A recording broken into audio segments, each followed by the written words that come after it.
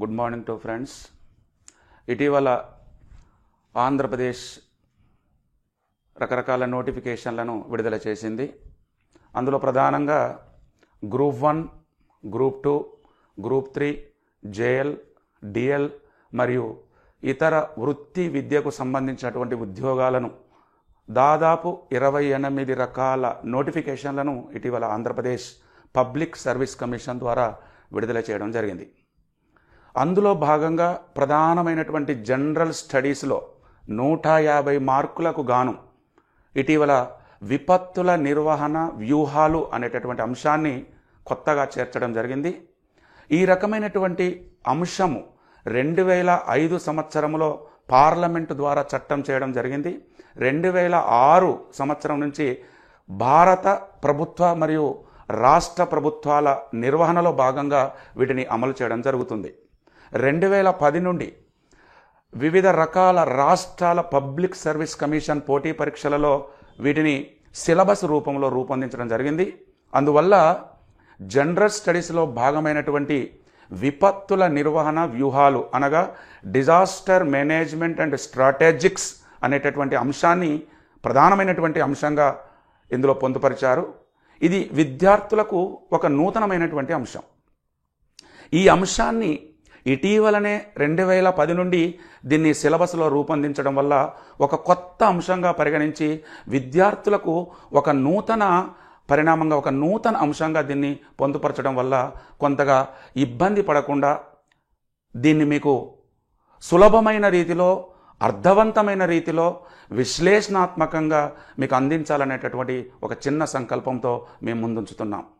My dear friends, ఈ syllabus పరిధి తక్కువ, మార్కులు ఎక్కువ. ప్రతి ఎగ్జామ్లో అనగా ప్రతి పోటీ పరీక్షలో ఉద్యోగార్థులైనటువంటి ప్రతి విద్యార్థికి 10 నుండి 12 మార్కులకు మనకు జనరల్ స్టడీస్లో వచ్చే అవకాశం ఉంది. ఈ సబ్జెక్ట్లో అనగా ఈ అంశంలో ప్రధానంగా 5 యూనిట్స్ మాత్రమే దీంట్లో కొలమానంగా తీసుకున్నారు. అందులో 1వ అంశము ప్రకృతి వైపరీత్యాలు. ప్రకృతి వైపరీత్యాలు మరియు విపత్తులు. ప్రకృతి వైపరీత్యాలు మరియు విపత్తులు, దీన్ని అజార్ట్స్ అండ్ డిజాస్టర్ అంటే ఈ రకమైనటువంటి వైపరీత్యాలు అంటే ఏమిటి, అసలు ఎలా కొలమానంగా తీసుకుంటారు, విపత్తు అనగా ఏమిటి, దీన్ని ఎలా పరిణామంగా తీసుకుంటారనేటటువంటి దాంట్లో మీకు ఇంట్రడక్షన్ అనగా పరిచయ భాగంలో దీన్ని నేర్పడం జరుగుతుంది. 2వ అంశమైనటువంటిది విపత్తు నిర్వహణ. విపత్తు నిర్వహణ చట్టము అమలు, ఇది ప్రధానమైనటువంటి అంశము. దీన్ని 2005 సంవత్సరంలో పార్లమెంటు ఆమోదించింది. 2006 సంవత్సరంలో ఇది దేశవ్యాప్తంగా అమల్లోకి వచ్చింది. ఇందులో ప్రధానంగా చట్టం అంటే ఏమిటి, ఆ చట్టాన్ని ఎలా చేస్తారు, దీనికి సంబంధించినటువంటి ఇతరాత్రమైనటువంటి చట్టాలు, for example my dear friends, సమాచార హక్కు చట్టం అనేటటువంటిది, ఆహార భద్రతా చట్టం అనేటటువంటిది, అలాగే భూ సంస్కరణల చట్టం అనేటటువంటిది, ఇటీవలనే కొత్తగా వచ్చిన విదేశీ ప్రత్యక్ష పెట్టుబడుల చట్టం. అంటే ఒక చట్టము ఎలా ఉంటుంది, చట్టానికి రాజ్యాంగానికి తేడా ఏంటి, రాజ్యాంగం ద్వారా చేసినటువంటి చట్టంలో ఏముంటాయి, రాజ్యాంగంలోనైతేనేమో ఆర్టికల్స్ ఉంటాయి, చట్టంలోనైతేనేమో సెక్షన్లు అనేటటువంటి పదాన్ని ఉపయోగిస్తారు. సెక్షన్లు అనేటటువంటి పదాన్ని ఉపయోగిస్తారు.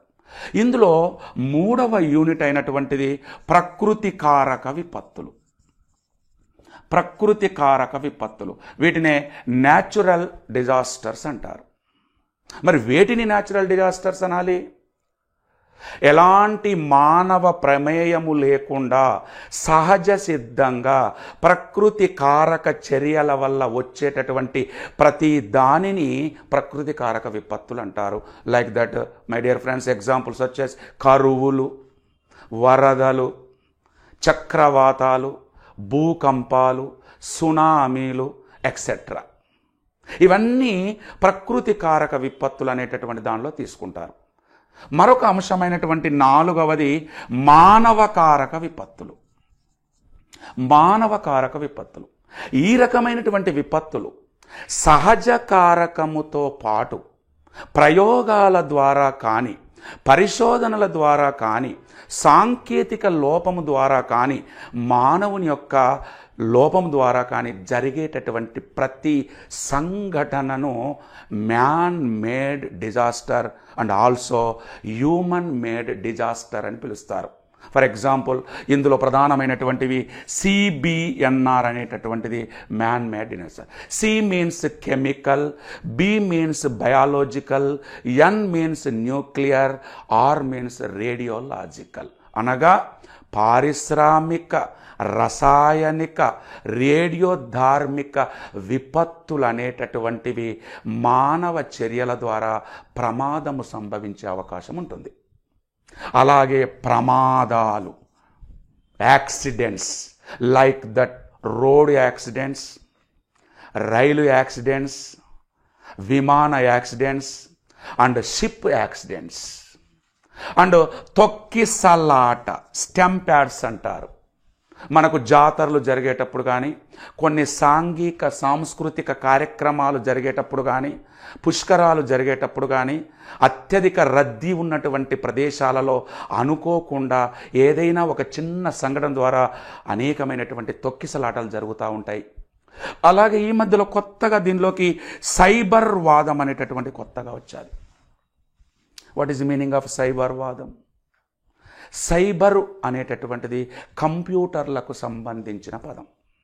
అంటే హ్యాకింగ్ చేయడం, అశ్లీల చిత్రాలను, అలాగే పాస్వర్డ్లను, కొన్నింటిని వైరస్ సృష్టించి చొప్పించి నాశనం చేస్తారు. ఇటీవల ప్రపంచంలో గూగుల్లో కూడా కొన్ని వేల అకౌంట్లను నాశనం చేయడం జరిగింది. ఇలాంటి ప్రమాదాన్ని ఈ మధ్యలో కొత్తగా కేంద్ర ప్రభుత్వ హోంశాఖ నిర్వహణలో దీని బాధ్యతను చేపడుతున్నారు. అలా గని ప్రమాదాలు, రకరకాల ప్రమాదాలన్నీ కూడా మానవ కారక విపత్తులోకి వస్తున్నాయి. ఇక మరొక అంశమైనటువంటిది 5వ అంశము ప్రత్యామ్నాయ విపత్తులు.